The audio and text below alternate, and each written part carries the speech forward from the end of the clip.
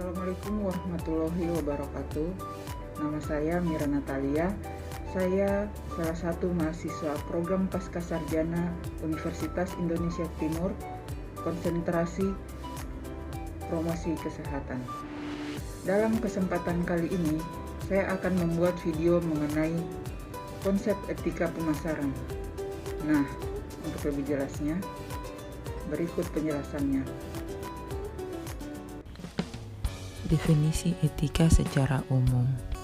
Secara etimologi, kata etika berasal dari kata Yunani, yaitu ethos, yang berarti kebiasaan, adat, perasaan, watak, sikap, dan cara berpikir. Etika juga disebut moral, mencakup pengertian tentang baik buruknya perbuatan manusia. Etika pemasaran mengacu pada prinsip-prinsip dan standar yang mendefinisikan perilaku pemasaran dapat diterima sebagaimana ditentukan oleh masyarakat, pemerintah, regulator, kelompok kepentingan pribadi, pesaing, dan perusahaan itu sendiri. Namun, etika pemasaran harus berhubungan dengan keputusan lingkungan dan tidak harus mengontrol atau mempengaruhi masalah-masalah etika pribadi. Tantangan menjadi etis dan bertanggung jawab sosial. Perusahaan dituntut untuk tidak melakukan manipulasi, penipuan, tidak adanya transparansi dalam upaya pemasaran yang merugikan orang. Pemasar juga harus memutuskan bagaimana untuk bertanggung jawab dan menghadapinya ketika teridentifikasi mengalami masalah. Kode etik. Kode etik diartikan sebagai pola, aturan, tata cara, tanda pedoman etis dalam melakukan suatu kegiatan atau pekerjaan. Pembentukan kode etik dalam perusahaan ada dua, yaitu Dewan Direksi dan Manajer Senior.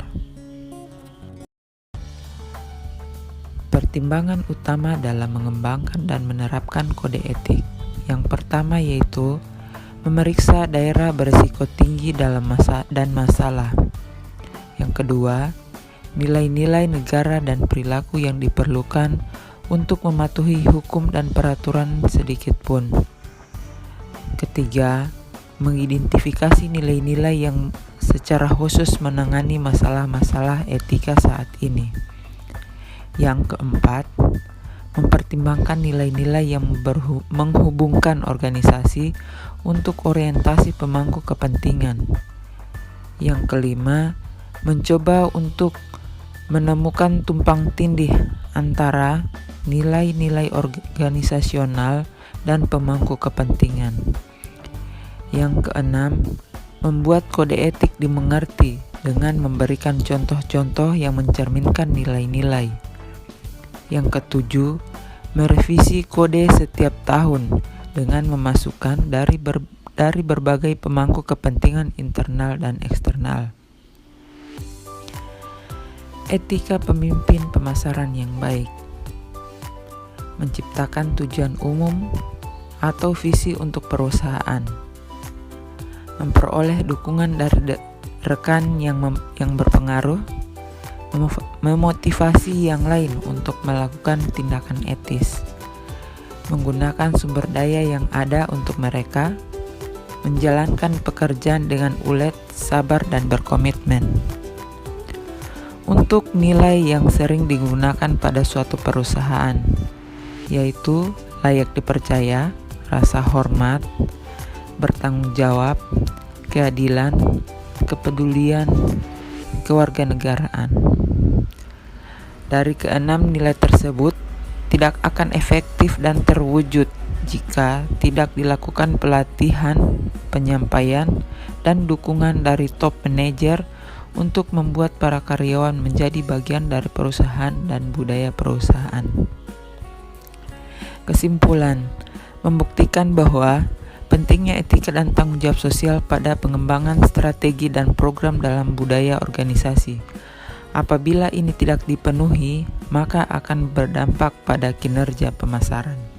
Itulah itulah tadi pemaparan dari saya materi mengenai konsep etika pemasaran. Terima kasih telah menonton video saya, semoga bermanfaat. Jangan lupa tetap mematuhi protokol kesehatan dengan memakai masker, menjaga jarak, dan mencuci tangan. Salam sehat untuk kita semua. Terima kasih.